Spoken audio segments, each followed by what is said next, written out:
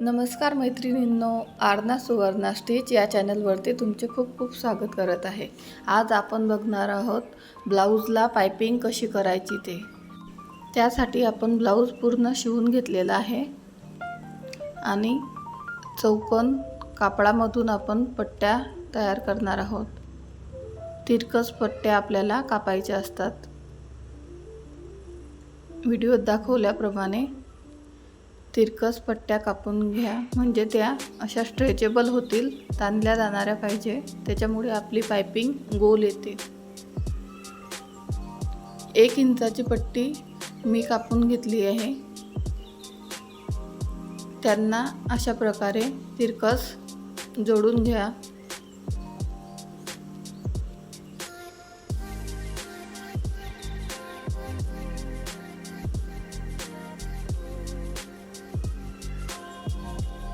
या प्रकारे सर्व पट्ट्या आपण तिरकस जोडून घेणार आहोत।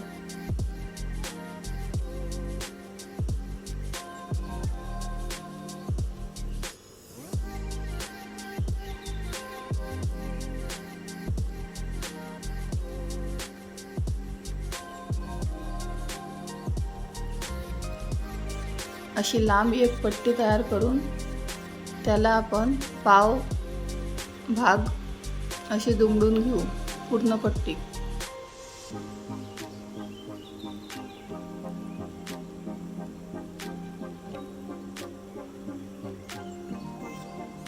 एकसारख्या प्रमाणात आपण पाव पट्टी अशी दुमडून घेऊया।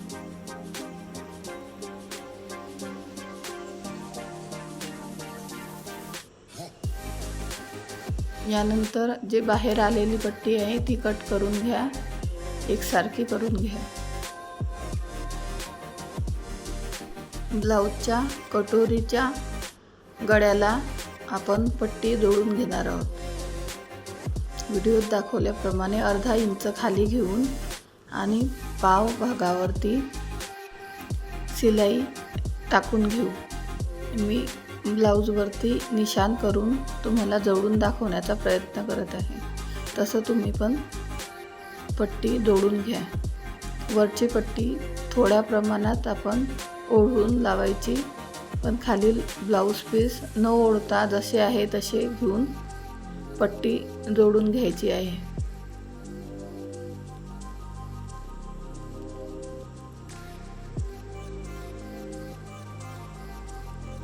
थोड्या प्रमाणात घेऊन आपण शिलाई टाकून घ्यायची आहे। बऱ्याच मैत्रिणींना ब्लाऊज शिवता येतं, पण पाइपिंग करता येत नाही, म्हणून दुसऱ्याचे ब्लाऊज घेतच नाही आणि स्वतःचे पण ब्लाऊज शिवत नाही, असे बरेच कस्टमर माझ्याकडे येतात। तर पाइपिंग करण्यासाठी थोडीशी प्रॅक्टिसची गरज असते। आपण थोड्या प्रॅक्टिसने पाइपिंग योग्य प्रमाणात आणि व्यवस्थित करू शकतो।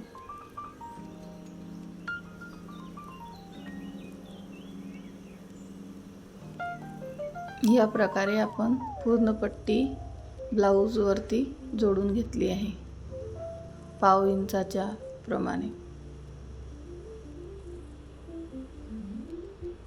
आता पट्टी सीधी करून त्यावरती थोडे असे प्रेस करून, नखाने प्रेस करून घ्यायची पूर्ण पट्टी, त्याच्यामुळे पट्टी आतच्या साईडने फोल्ड होईल।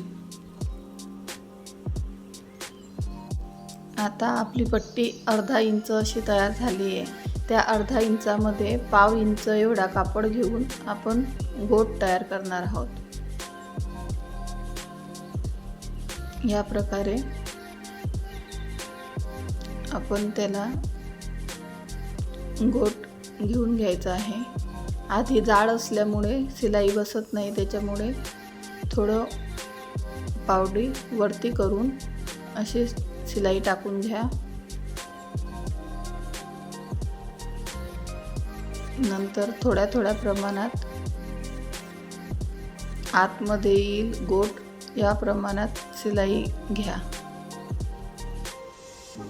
पाइपिंग करताना कधी पण आपली शिलाईचा नंबर 2 किंवा 2.5 वरती घ्या, म्हणजे बारीक शिलाई असल्यामुळे मशीन हळूहळू चालते आणि आपली पायपिंग व्यवस्थित आणि गोल पाईपासारखी येते. याप्रमाणे कापड आत घेऊन 1-1 इंच 2-2 इंच याप्रमाणे आपण शिलाई टाकून घ्यायची आहे. पायपिंग करताना जास्त फास्टमध्ये मशीन नाही चालवायची, नाहीतर पायपिंगवरती शिलाई येऊन जाते आणि त्याच्यामुळे आपली पायपिंग बिघडते.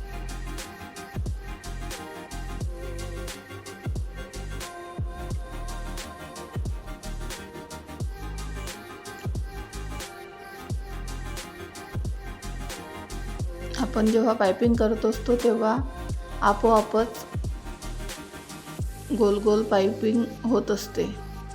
फक्त खाली बोटांनी त्याला थोडी ओढून शिलाई टाकत जायची.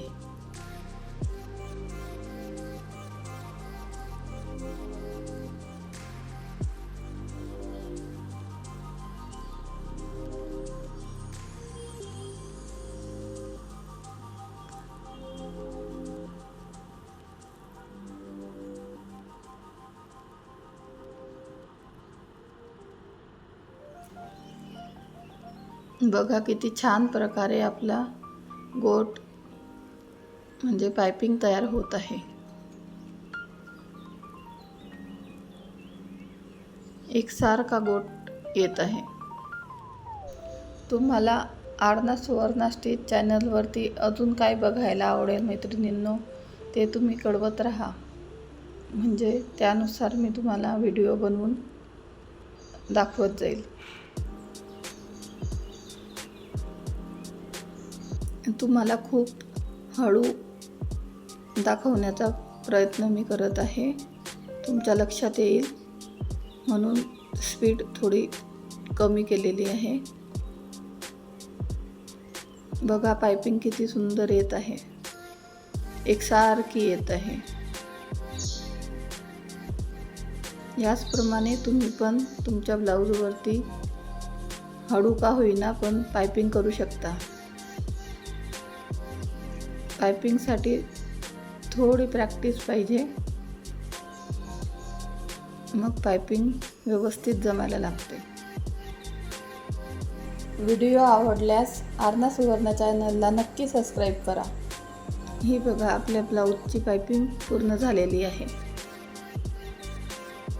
ब्लाऊजची पायपिंग छान गोल आणि पाईपाप्रमाणे आलेली आहे. ही बघा पायपिंग कुठंच अशी वर आलेली नाही किंवा जाड बारीक अशी झालेली नाही आहे. व्यवस्थित आणि बारीक एकसारखी पायपिंग आलेली आहे. जर पायपिंग व्यवस्थित आली तर मागचा गळा कुठं झोल वगैरे पडत नाही आणि व्यवस्थित गोल दिसतो. तर अशा प्रकारे तुम्ही पण मैत्रिणींना तुमच्या ब्लाऊजवरती पायपिंग करू शकता. फक्त थोडी प्रॅक्टिस आणि हळूहळू पायपिंग करत राहायची असते. चॅनलला नक्की लाईक आणि सबस्क्राईब करायला विसरू नका मैत्रिणींना.